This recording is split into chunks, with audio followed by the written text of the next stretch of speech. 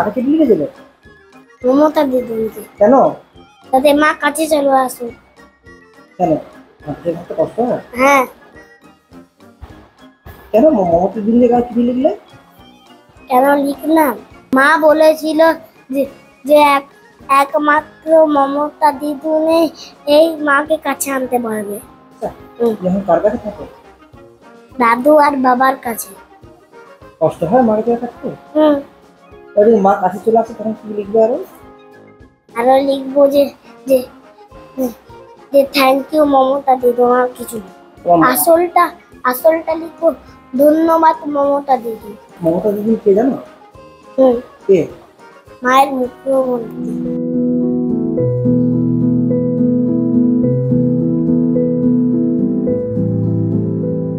আমার মাকেও দিদুন বলে ডাকে। এবার ও দেখে যে মায়ের সব কিছু সুবিধা অসুবিধাতে দিদুন পাশে আছে, তার মানে নিশ্চয়ই দিদুন বলা মানে উনিও হয়তো আরেকজন দিদুন যিনি হয়তো আমার মায়ের পাশে থাকবেন, হয়তো বা তাই বলেছে। এজটা দেখেও হয়তো কিছুটা ওরকম ভাবে ওকে তো শেখানো হয় যে এই বয়সের হলে দিদুনি বলতে হবে, সেই ভেবেও হয়তো বলেছে। খুবই অবাক করেছে, আমরা ভাবতেই পারিনি যে কোথা থেকে ওর মাথায় আসলো বা কিছু। আমরা চিঠি লিখি প্রতিনিয়ত আমাদের প্রবলেম জানিয়ে, মুখ্যমন্ত্রীর দপ্তরেও আমরা অনেকবার 2021 সালে যারা পোস্টিং পেয়েছি দূরের জেলাতে প্রায় 6000 জন শিক্ষক শিক্ষিকা, আমরা বাড়ি থেকে প্রায় 400 থেকে 600 কিলোমিটার দূরে পোস্টিং পেয়েছি। কুচবিহার, জলপাইগুড়ি এইসব জেলাতেও আমাদের, বাঁকুড়া বা বর্ধমানের সব টিচার বা ম্যাডামরা আছেন, তো তারা আমরা কিন্তু প্রতিনিয়ত চিঠি লিখেই চলেছি মুখ্যমন্ত্রীর কাছে, শিক্ষামন্ত্রীর কাছে।